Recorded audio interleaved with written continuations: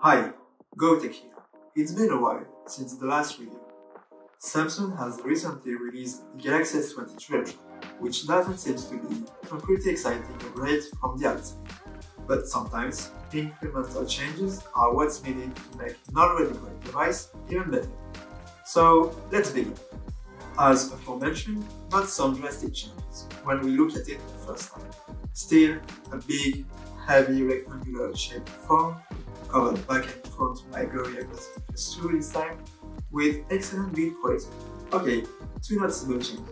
One, the camera alone is a little bit bigger, but it still catches dust like crazy, unless you are using a phone case. Like this one, from the sponsor of the Hey, we don't have any sponsor. Really?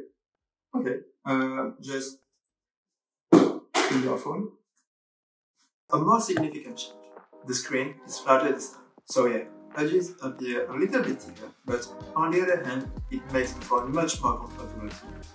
And it just makes more sense to write on flatter screen. Because yes, we often forget about it. The aspect. Samsung has not spoken that much about it during the presentation, even though it set the phone a little apart from its direct competitors. Still an interesting tool to have for taking quick notes while the screen is off or sketching with nearly no latency. Otherwise, for the more mainstream users, it can be used for signing documents, as a camera remote, or even for photo editing. And what's matter a lot when editing is a great screen.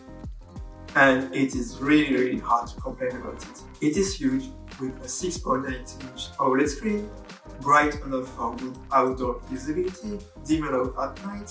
It provides excellent contrast, vibrant colors, and is paired with a loud and crisp speaker. This phone is perfect for content composition. Of course, this display is LTPO and can increase the refresh rate to make animation smoother or decrease it when it's not needed, mainly to preserve the battery. It is set to Full HD Plus by default, but switching to WQHD Plus is not an issue for the battery. Because yes, this is another area where the phone excels. I mean, a lot, with mixed usage, including playing games, going through social media, video streaming. This phone will last you all day without any problem. This is most likely achieved thanks to the more efficient Snapdragon 8 Gen 2. sorry. Snapdragon 8 Gen 2 for Galaxy, which is another clock version of the base chip. It delivers fantastic performance on day-to-day times.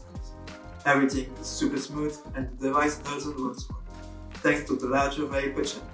And really, the cherry on top is that there is no more Exynos variant of this phone, so even European users can benefit from this chip. Samsung has put a lot of emphasis on the video gaming capabilities of this phone, and it delivers. Lightweight, as well as heavy titles, run perfectly fine, with great stability after disabling game optimizer settings. And a quick tip for gamers. There is a feature in the Game Launcher app, often found on gaming phones, allowing you to bypass the battery when the phone is charged. Great for keeping the device cooler, but also for preserving the battery. Software-wise, the device runs One UI 5.1 on top of Unreal 30. This version brings some welcome additions, like a new battery widget, much smoother and more consistent animations, or some new features, like the ability to make a sticker from the subject to picture, and even videos. So yeah, this is clearly the exact same features introduced on iOS 16, but honestly, I don't really mind if brands copy each other's best features, because in the end, the consumer has everything to gain. Otherwise, still a pretty feature-packed skin with a lot of customization.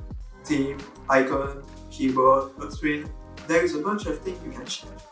And the excellent haptic and the more polished animations make for a really great experience.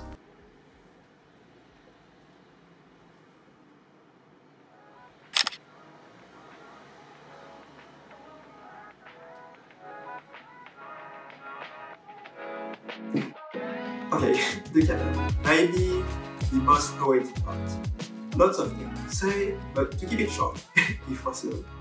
This phone introduces a brand new ISOCELL HP2 sensor, packing a whopping 200 megapixels. The size has not changed that much, and it is in fact smaller than some other high-end sensors like the IMX989, but as always, hardware alone is not what makes a great camera.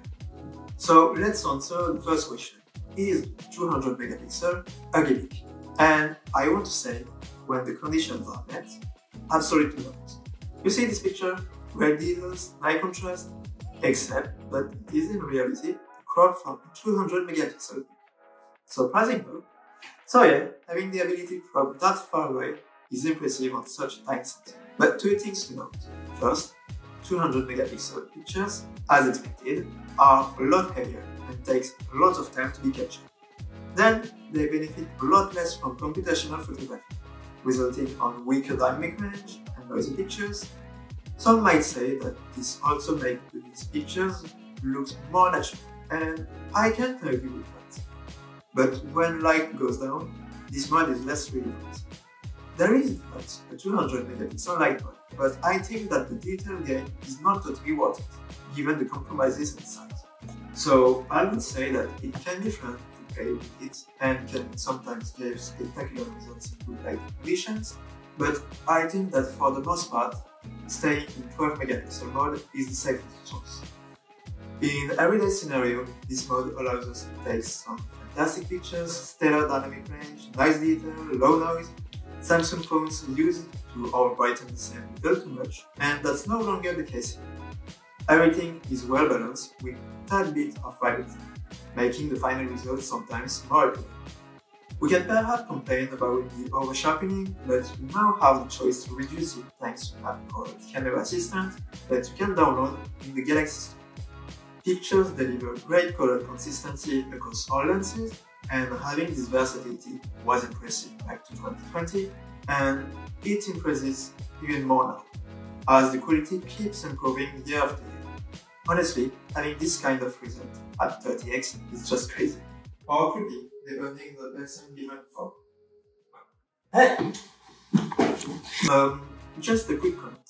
The phone seems to apply its, I can call its software magic, to improve details only past 20x. So, pictures taken at 20x tends to be sharper than pictures taken at 19, 18, or even 12x.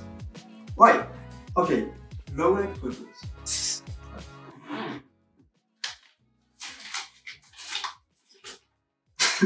No.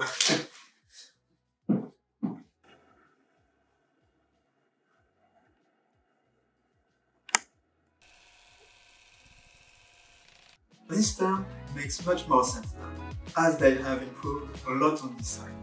Night mode helps brighten up the scene without overexposing the light source, which is pretty great. Low noise, great details, overall, solid performance. As expected, results are less impressive with the other lenses, but this is totally fine and totally shareable. Portrait mode is excellent, nice edge detection, balanced exposure, and great skin tone. And the night mode portrait also delivers fantastic results.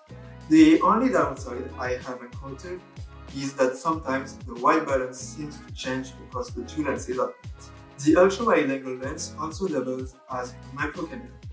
Oh, maybe, one thing to do when opening the camera app first. Disable the focus optimizer. It is on by default, and it forces the phone to switch to the ultra-wide-angle lens more often than it did when shooting close-up subjects, resulting on lower quality pictures. I am not really into selfies, but I really find nothing to complain about the new 12 megapixel sensor. This is a pretty consistent shooter in daylight, at night, with portrait mode on, and the lens is wide enough for group setting. Yes, this is maybe not the best illustration for a group selfie. On the video side, Samsung has improved their stabilization, by a lot. Footage are super stable with nearly gimbal-like results when walking, and I was surprised to see little to no jello effect happen. Quality-wise, everything is on point as you can see, great dynamic range and good details overall. They really have improved the night quality a lot this year. 8K was a pretty big deal during Samsung's presentation, and it is justified. You can now film in 30 FPS and there is no more crop in the sensor. Footage are stable enough for everyday scenarios, but after using it, I would say that this is the same story as the 200 megapixel mode. The detail gain is very noticeable in daylight, but this is less apparent at night. I noticed two downsides compared to the 4K mode. First, the dynamic range is slightly worse. You can see it with a slightly overexposed sky, and videos tends to be slightly noisy in darker environment. The good news is that 8K files are not that heavier compared to 4K ones, so 8K can really be considered as a default function in most scenarios. But for me, 8K was a bit of a letdown. Don't get me wrong, this mode is switched by default on my phone, but let me explain. Yes, 8K on the previous gen was less stable, noisier, kept at a low frame rate, but I sometimes use this mode more often than expected. Because on only one thing, there was no over-sharpening at all.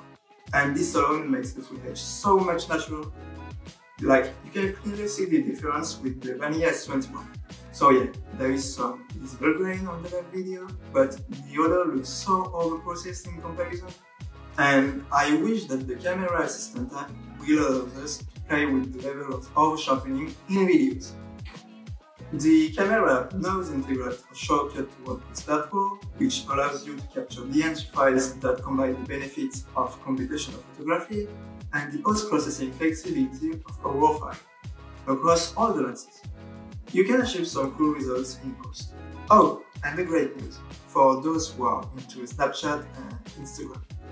Both apps support ultra-wide, wide, and 3x lens, and the nightbot from the Snapchat app does a pretty good job. I think that this is all for the camera part, and that brings us to the end of the video. So overall, you have an idea of what this phone can do, and considering how great it is at literally everything, I just cannot not recommend this phone. But really, the launch price of this device is so high now, like 1400 euros in France. So if the S Pen or the crazy zoom range of this phone is not that important for you, the S23 Plus could also be a great investment. And as always, Samsung phones tend to quickly drop in price, so maybe waiting several months could also be a great thing. Otherwise, if the price is not an issue, just buy this device. It is just so great. So that's all for the video, and don't forget to like it. Bye!